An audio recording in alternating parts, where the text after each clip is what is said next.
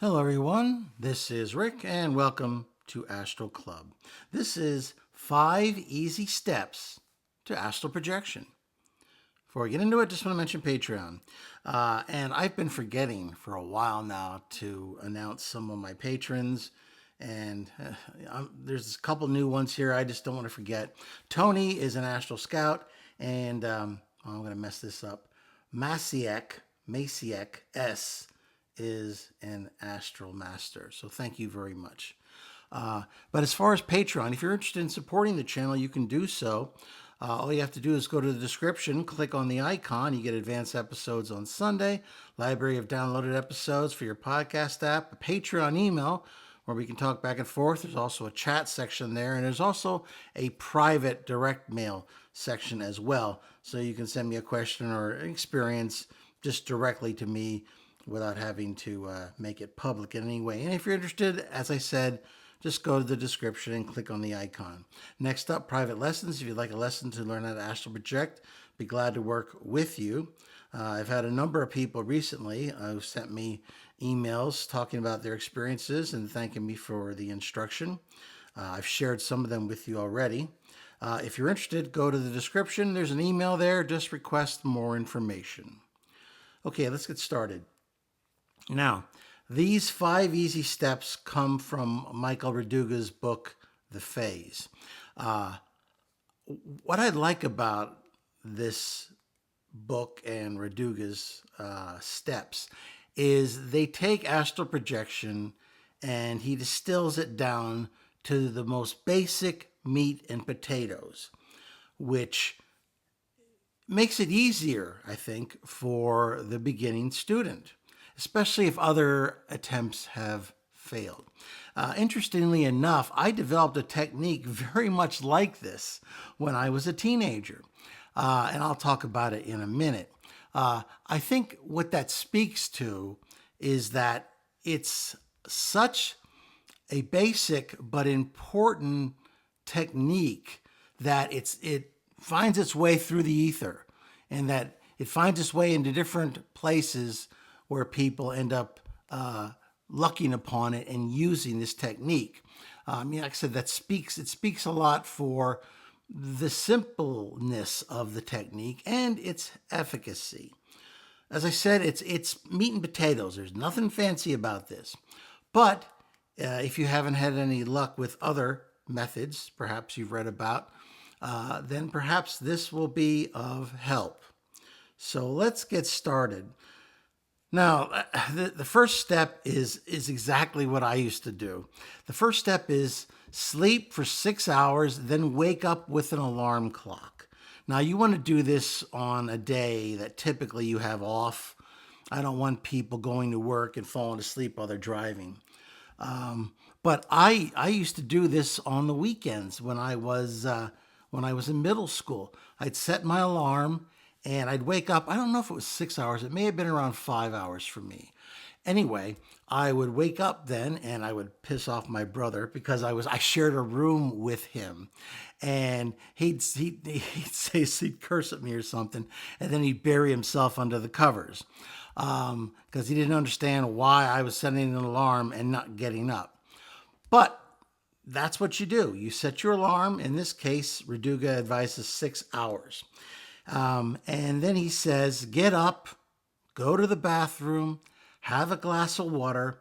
Then you want to review your astral projection techniques. In your mind, visualize exactly what you want to accomplish.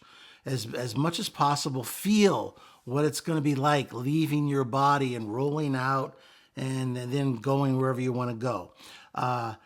It's really just as simple as that. The reason for the alarm clock bit is, now I typically project within 45 minutes of falling asleep, but I've trained myself and I've used hypnotic techniques over the years so that I don't have to go through this process. But for many people, especially if you have a busy day or if you're the kind of person who is a deep sleeper, it's tough to consciously project because if you're like my wife Wendy, for instance, as soon as her head hits the pillow, she's out. So what the 6 hours sleep does is it gives you a chance to go into deep delta, the relaxing regenerative sleep. It gives you a chance to go through your dream states, your REM. And then when all that's over with, you wake up and now you can start again with a much lighter sleep, which allows you then to seize control to astral project. So then Raduga then says in step 2, go back to sleep with an intention. So after he says, don't spend any more than 3 to 50 minutes being awake. And that's true. I mean, typically what I would do is I'd get up, I'd go to the bathroom. The last thing you want is a full bladder. That'll bring you right back. Get a glass of water. Make sure you have that ready already. And just so you won't be thirsty or anything. And then I would visualize all the different things and what the projection felt like and what I wanted to accomplish. And then I would go back to sleep. So I wouldn't spend 50 minutes, quite frankly. I think that's too long. But, just take whatever time you need to accomplish those basic steps. Now, you don't want to set an alarm clock this time. You don't need that now. Now you just want to go to sleep. You want to make sure the room is dark and quiet. So if you have to put on some sort of a mask or some sort of earplugs, if that's what it takes, fine. As long as they're not annoying to you and you can sleep like that. But you want to go back to sleep with intention. Okay, next up, he talks about step 3, which is separate the instant you awaken. He says each time you wake up again, try not to move or open your eyes. That's important. So you may find yourself awake, but don't move. Don't move a muscle. And certainly don't open your eyes. And try to separate from your body. So the phase that you're really in right now is you're in a light sleep state. You're conscious, but you're in a light sleep state, which is the perfect state to be in to astral project. So from that state, you want to start willing yourself to leave your body.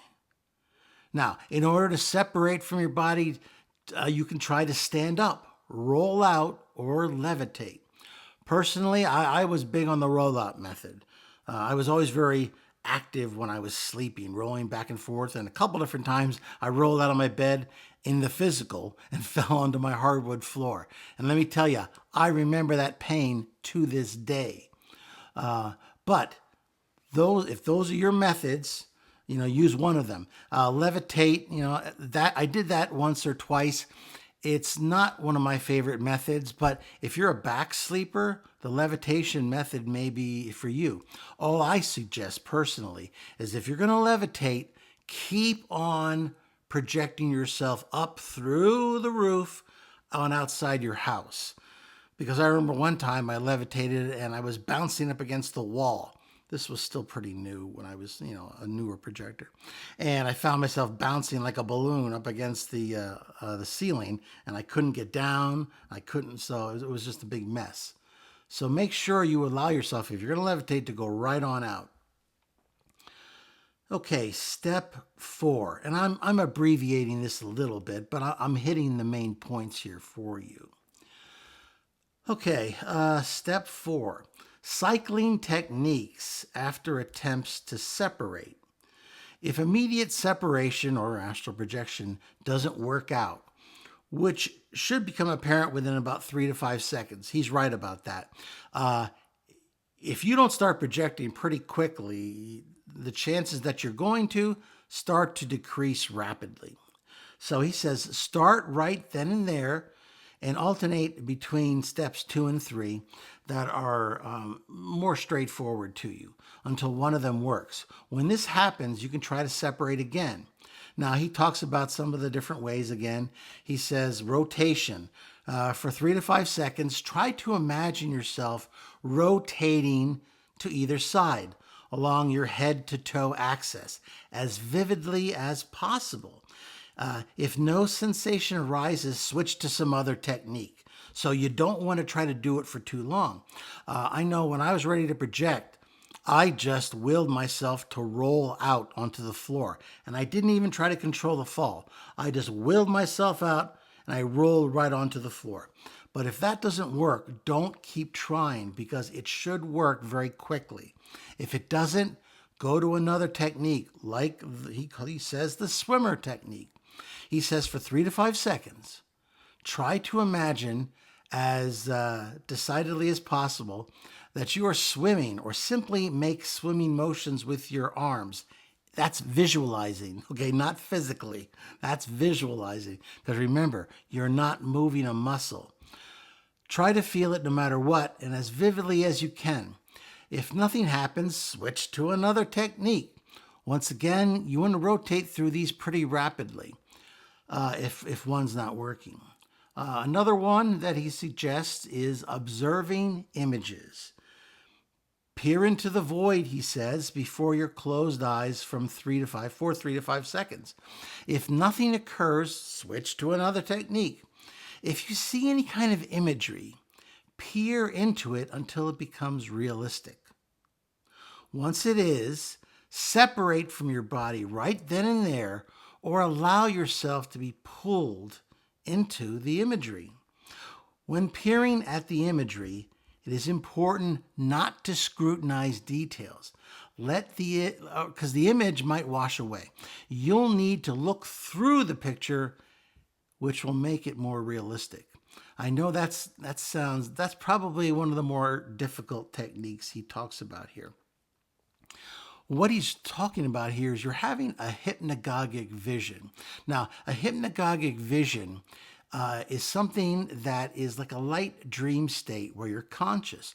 I recall as a kid, I was doing experiments like this, and I ended up going into a hypnagogic vision it was a Popeye cartoon. It wasn't a cartoon I'd ever seen. It was just some nonsensical cartoon that my subconscious had come up with, and I was sitting there watching it. And then I thought to myself, hey, I can project now. Why am I watching this stupid cartoon? And so I ended up projecting right through that cartoon, and I went through my walls and went out and flew around my area. Another one that he talks about is the hand visualization method. For 3 to 5 seconds, imagine vividly and decidedly that you are rubbing your hands together close to your eyes. Try no matter what to feel them in front of you. Once again, remember, you're not moving any physical muscles here. This is all visualization. You're trying to begin to separate the astral body from the physical here. So this is all, in essence, a visualization. But what you're doing is you're prompting the astral body to start separating from the physical. He says if nothing happens, switch to another technique. If any of the above sensations start to arise, then keep with that technique and intensify it until it becomes totally realistic. Afterwards, you can try to separate from the body using the sensations arising from the technique as a start-off point. So what's going to happen eventually is you're going to luck upon one or maybe two of these methods that work best for you. One of the things that I remember using, and it came to me as a kid after I'd gone to a local amusement park, is to imagine that I was on a roller coaster and that I was rolling right out of my body. And that was probably the most powerful blast off I ever had. I mean, I remember I blasted right out of my body like a fast roller coaster. And before I knew it, I was passing the moon. So that was a very powerful technique that I had used. Another one he calls phantom wiggling. Now, this is something that's been talked about in astral science for a long time. I mean, really, none of this stuff is new, but it's good basic techniques, stuff that's been proven over the years. I've used many of these techniques myself, even as a kid. Phantom wiggling. Try to wiggle your perceived hands or feet for 3 to 5 seconds. So he's not messing around here. Do not move any muscle under any circumstances. I can't say that enough, and neither can he.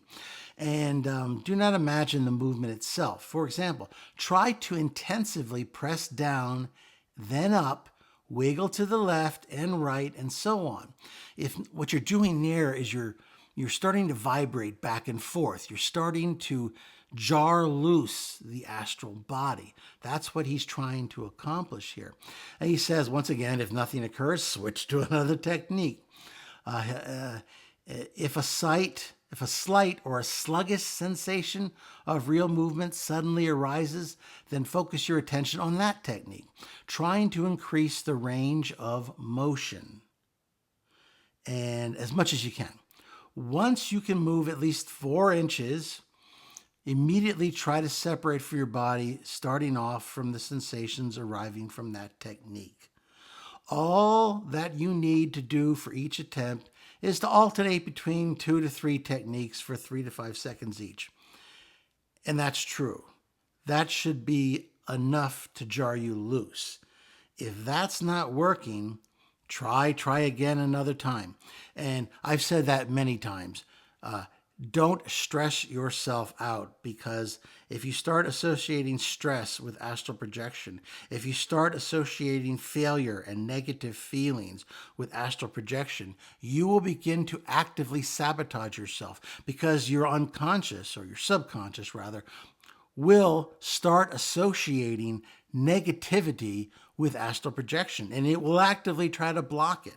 That's why many times I tell people who maybe they projected in the past, but they're having some trouble now and they're getting stressed about it. I say, look, take a couple weeks off, just relax. Don't think about astral projection, because the last thing you want to do is associate stress with astral projection. That's the last thing you want to do. Okay, step 5, after the attempt. Fall back to sleep if you can after each attempt, whether successful or not, in order to make another attempt to leave your body upon your next awakening. Remember, just because you fail once does not mean that whole night is a wash. I can't tell you how many times that I have gotten out of my body, gotten pulled back in again, gotten out of my body, got a little bit further, got pulled back in again. And then the third time was the charm. I got out and I went off and I did my thing. So don't just give up after that first attempt, but go back to sleep and see if you can start the process again. Get into that light sleep state where you can project, and then go through the same process. Anyway, even the most unsuccessful attempt, he says, should last no longer than a minute. So in other words, if you're going to project from that light sleep state where it's called body asleep, mind awake. I don't think he calls it that, but that's typically what it's called. And you should be able to project from that state fairly quickly. If you don't have success, and he says no longer than a minute, which I think is a little aggressive, but okay, it's his book. If nothing happens over that period of time, it's much more effective just to fall asleep and catch the next awakening, as opposed to stubbornly trying to squeeze results out of the current attempt. I do back him on that. Once again, the last thing you want to do is beat yourself over the head constantly, trying to make something happening if it's just not. Because we don't know exactly why there's times you can't project for whatever you do, and other times it's easy. It's a mystery. Astral projection, I think, is more of an art than it is a science. So don't beat yourself up, and don't be too, chained to any one of these attempts for any length of time. Because if it doesn't work fairly quickly, go to something new. Because if it doesn't work fairly quickly, it's not going to work for you then and there. Okay, those were Michael Raduga's 5 easy steps to astral projection, which he talked about in his excellent work, The Phase. I hope you enjoyed that. If you did, please hit the like button, share it with those of like minds, subscribe if you haven't already, and please leave your questions and comments. Have you used attempts like or steps like this previously? And if you succeeded, how did it work? Which one of the sub attempts did you use? You know, was the rollout method the best for you, or did you try that phantom wiggling deal? You know, did you go ahead and do the rollout? Did you do rotation? Hey, maybe did you try my roller coaster? I don't know. Any one of those things can be perfectly good, because the idea is we want to prompt the astral body to begin separating from the physical body. Okay, this is Rick, and as always, I will see you on the astral plane.